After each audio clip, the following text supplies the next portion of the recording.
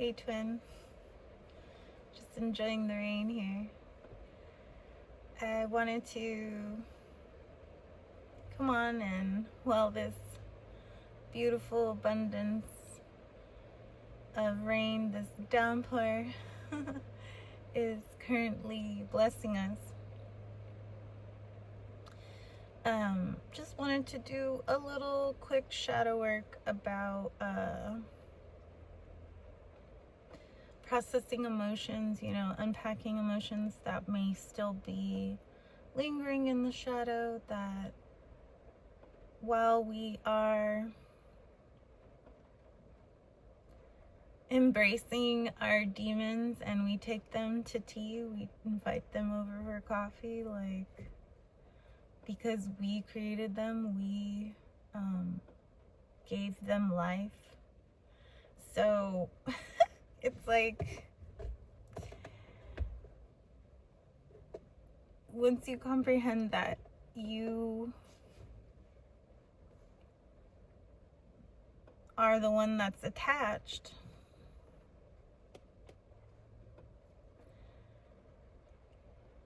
you find your freedom, you find your independence, you find your purpose, your path, your highest excitement. I mean, you're always following your highest excitement because you can feel it deep within your core. You can feel the pull. You can feel the attraction, because that's why you're here. Being born into amnesia, just when you come to the perfect appointed alignment to remember, to awaken, to become fully aware. You're always aware. You're always, it's like you're standing right beside yourself and you're whispering to yourself, but then suddenly you hear those whispers, and the you that's beside yourself integrates, it steps in. That's when the higher self, and it's not my higher self, it's not your higher self, it's the higher self, because we are all one. The higher self integrates, and you're not gonna know everything. You're not gonna know everything, but there's not much that you're not gonna know. So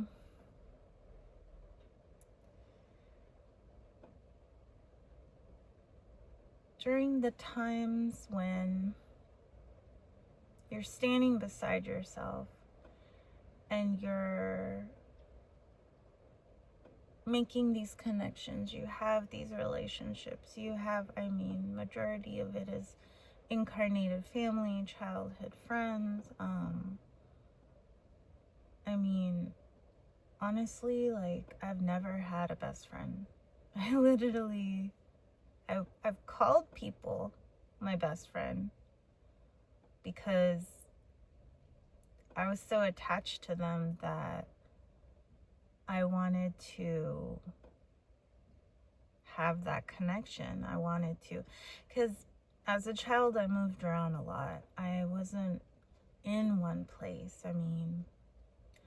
I was born in West Covina, and from there just went to El Cajon, to Roland Heights, to Joshua Tree, then back to, basically back to West Covina area. And then, I still move around. Like, I haven't quite settled yet. And I know that one day, it's a crow. One day I'll be in a beautiful place that rains all the time, and there's lots of lovely trees to hang out with, and grass and birds. But it's just been that even, and you know, like, I even had to tell my dad, because when I had confronted him earlier in the year about his emotional attachment to me, about his, you know, enmeshment that he was projecting onto me, he was just upset because he's like, oh, I was considered you my best friend, you're my best friend, da, da, da, da, because he stopped dating when I went to live with him, because the girlfriend that he was with at the time didn't like me. So he broke up with her. And then he was like, well, I'm not gonna date again because I don't want to be like her mom. And he didn't date anyone, but then he emotionally attached to me.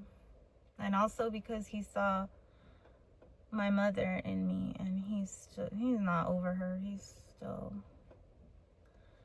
but that's between them. It's none of my concern. Like, I barely talk to, I mean, I definitely don't talk to her, but I barely talk to him. He's got his own shit to unpack.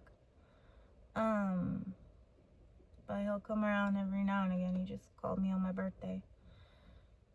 But anyway, I told him, I was like, Dad,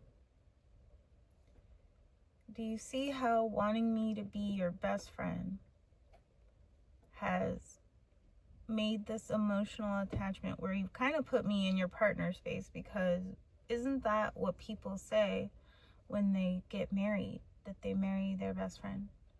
And he was like flabbergasted. He couldn't say anything to it because he knew what I was saying is true. So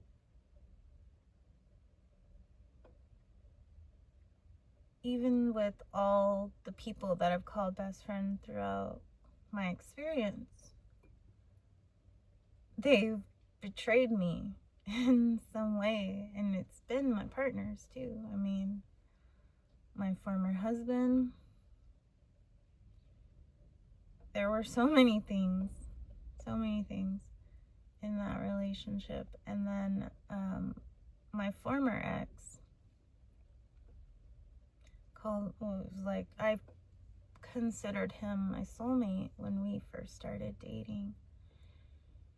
There was just so many alignments, but then there was just so many disconnects as well. And at the end of our relationship last year, I told him, I was like, I've always thought of someone that was meant for me, that my soulmate, my true love. I mean, true love is within, as long as you embody it. You're always gonna have it. But you know that there is that perfect match for you, that there is that special someone that perfectly reflects you. You're not seeking your better half. Only plebs seek their better halves. And I mean, it's not to sound haughty or anything, but I'm just meaning, like, when you're still standing beside yourself, whispering, that's when you're seeking your better half. But when you just own your shit, you know that that perfect person is coming to you, is there, is with you, is you. But they're soon enough going to be reflected. And I just told him, I was like, I always thought of my soulmate as being someone that would never cheat on me, that I would never have to worry about, that I would never have to second guess.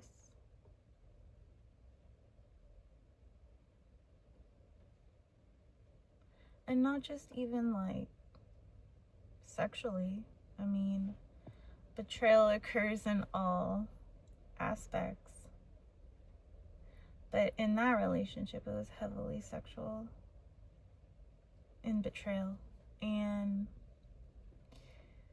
I mean, as it started too, was heavily sexual because I was dating. I was just, it's so funny because when I visited my sister and her husband in San Jose in May of 2020, right before they moved down and we all moved in together.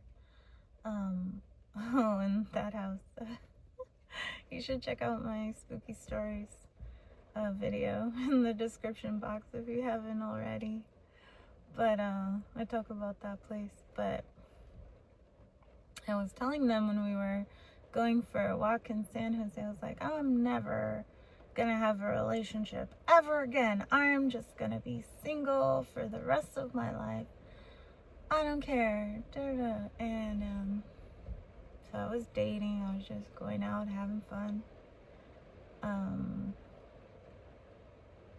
And it was that I realized now also I was being pretty reckless too. Like it was if you've ever seen Letterkenny, and I believe the sister's name is Kat. Well, the sister, how she says she goes scorched earth. Well, that's kind of what was going on. And that is how I met my former ex, because we met up casually and then we would hang out, and it just kind of like progressed into that relationship. But it was so funny because like I saw all the red flags. I saw all of the like patterns that were repeating from my former husband, even though this relationship was packaged differently. I mean, looks very different than my former husband. They were basically the same person. They were basically, I mean, subtle differences here and there,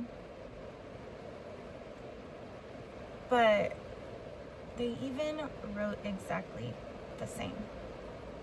When I would read cards and notes from my ex, it was as if I was reading them from my former husband.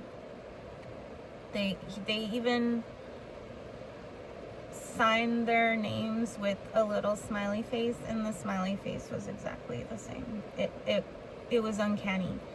And even like at one point of our relationship when we had moved in together, and I mean, he had even tried to kill himself after we moved in together. But I told him, I was like, you know that you write the same way as my ex-husband. And I showed him a card from my ex that I was going through our kids' stuff, and I was going through things and getting rid of stuff, and I showed him a card that was like lost in the stuff from all the moving I had done around since 2020 and not unpacked. So I showed it to him. I was like, look, and he's like, holy shit, we do write exactly the same. And it was just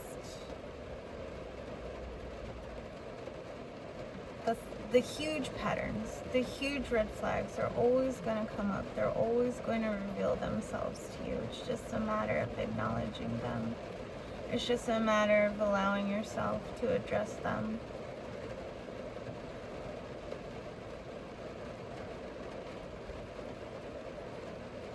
And it's like, now at this point, when I broke up with him, last year, I told my friend, I was like, you know what? The next person that I am with, they have to connect on all chakras.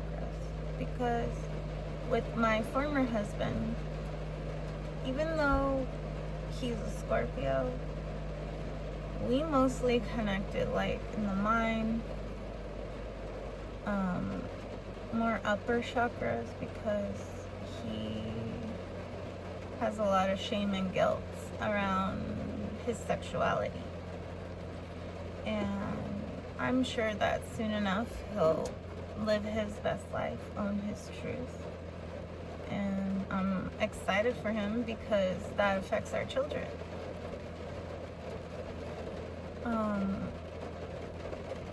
And then with my ex, I mean, we connected on the lower chakras right away. And while we would connect, you know, on a lot of thought forms and ideas, it wasn't a full connection. It wasn't, because once I started reading tarot, once I started allowing the higher self to integrate within, he got scared. Because he didn't want to do it. He couldn't match me. He couldn't meet me. At the beginning of our relationship, I would constantly check in with him. I would be like, are you sure this is what you want? Because he always said he didn't want kids. And when we were first dating, like, I would only see him when the kids were with their dad. And he was the one that told me he was tired of that and wanted to see me all the time. So, like, that's why we moved in and everything. And then he just couldn't be honest with himself. Same with my former husband, just couldn't be honest with himself.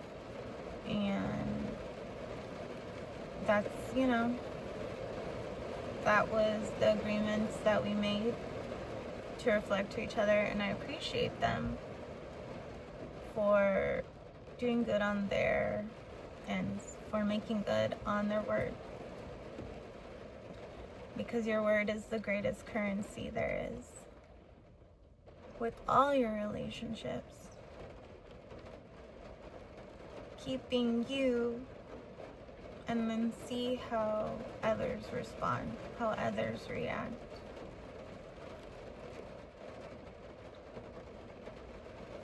And then you just make your decision from there. You just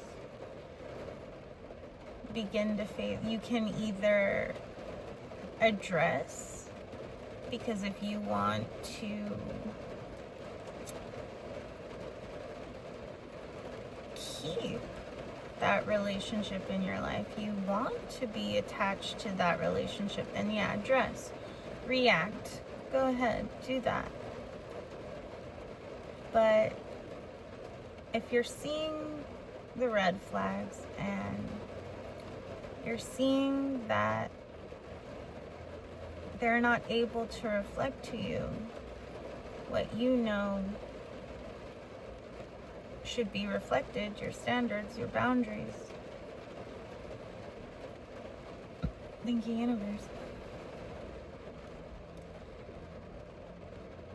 Then that's just when you begin to detach and phase yourself out. That's when you begin to remain focused on yourself, on your goals, on what you're doing.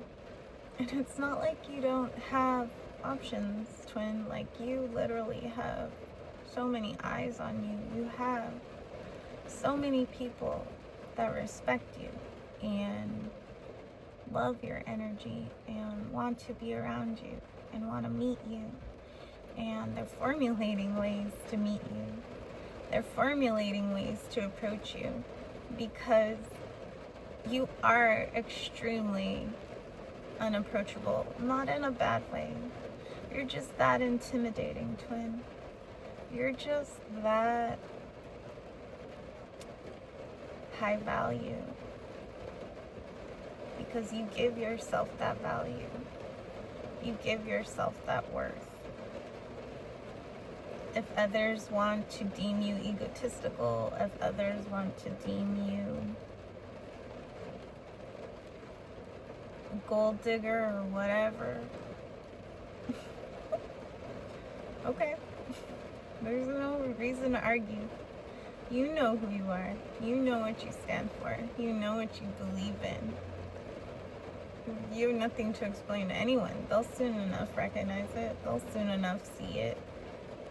And it's not just, romance. It's just all aspects of life. You're that magnetic. You're that attractive. You're bringing in so much. Like, you're calling in all these amazing opportunities and situations and experiences because you're just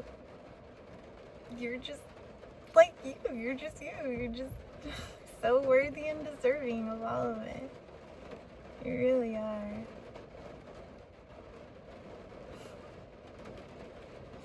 It's not about hard work, but you're not scared to work hard. You're not. You're like, bet, let's do it. You can take on anything.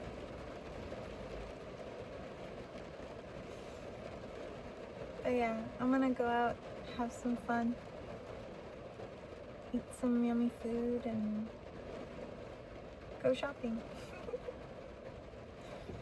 I'll see you in the next one, Tin. Take care. Have fun in the rain. Stay safe. Love ya.